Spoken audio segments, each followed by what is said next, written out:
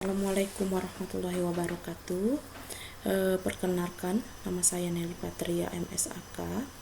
Baiklah, saya akan mempresentasikan bahan ajar pembelajaran inovatif berbasis digital, yang mana mata kuliahnya adalah akuntansi keuangan dengan materi laporan keuangan.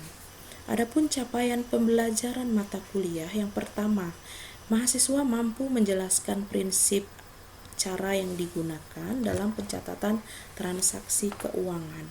Kemudian yang kedua, mahasiswa mampu mengklasifikasikan serta penyusunan laporan keuangan.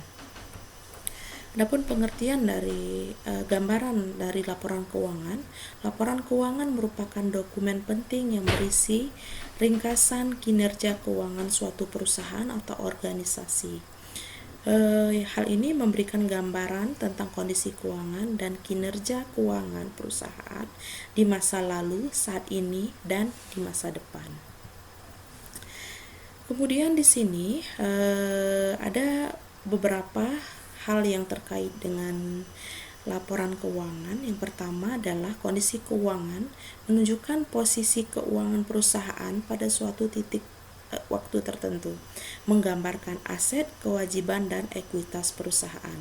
Kemudian yang kedua adalah kinerja keuangan, yang mana menunjukkan kinerja keuangan perusahaan dalam selama periode tertentu, yang menggambarkan pendapatan, biaya, dan laba atau rugi perusahaan. Kemudian yang ketiga adalah arus kas, menunjukkan aliran kas masuk dan kas keluar perusahaan selama periode tertentu, menggambarkan aktivitas operasi, investasi, dan pendanaan perusahaan.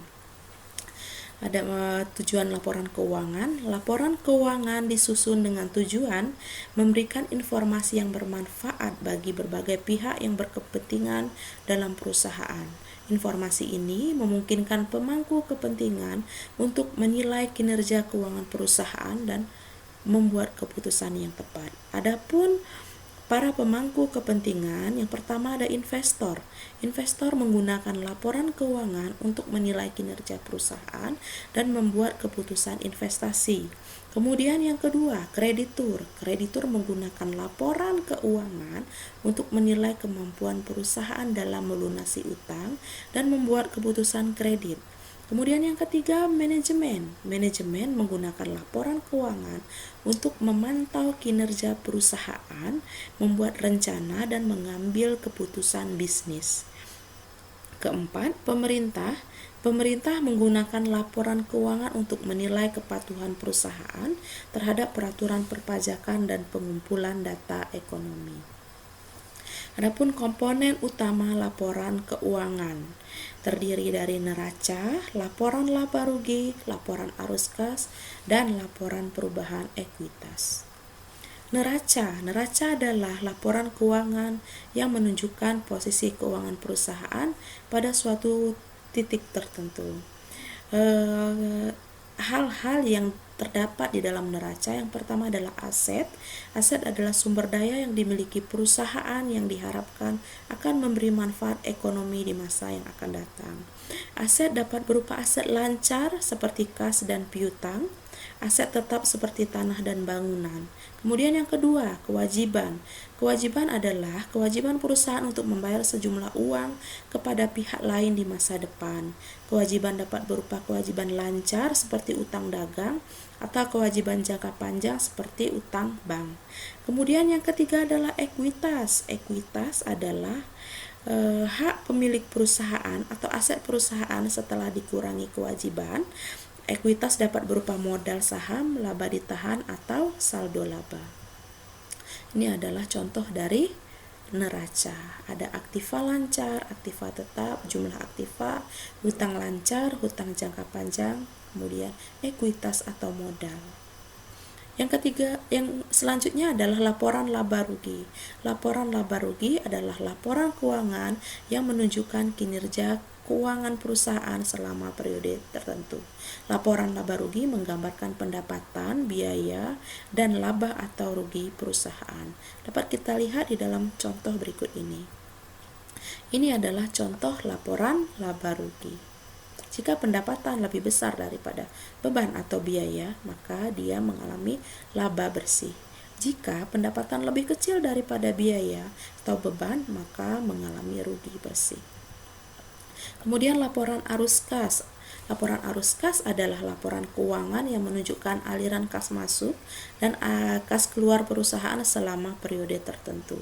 Komponen yang terdapat dalam laporan arus kas, yang pertama operasi, aktivitas operasi yang berhubungan dengan kegiatan sehari-hari. Contoh, penjualan produk atau jasa, pembelian bahan baku, dan pembayaran gaji.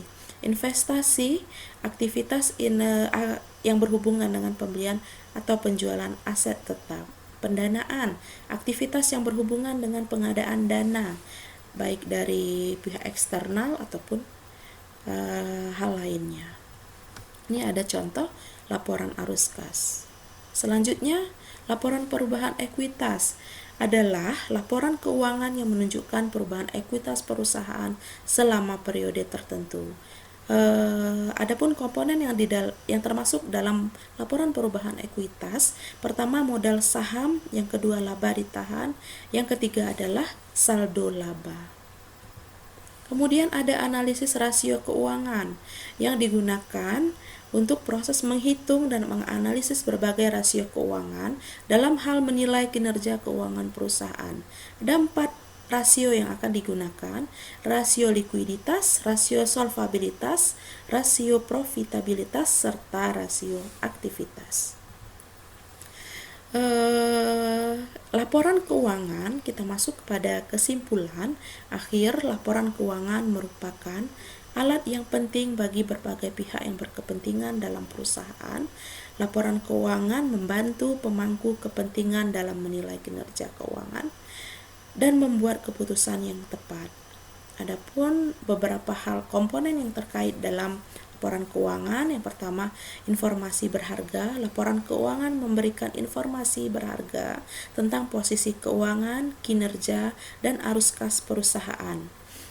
Kemudian yang kedua, dalam hal pengambilan keputusan, laporan keuangan membantu berbagai pihak seperti investor, kreditur, dan manajemen dalam pembuatan keputusan yang tepat. Yang terakhir, adanya transparansi dan akuntabilitas. Laporan keuangan meningkatkan transparansi dan akuntabilitas perusahaan. Oke, demikianlah video tentang laporan keuangan.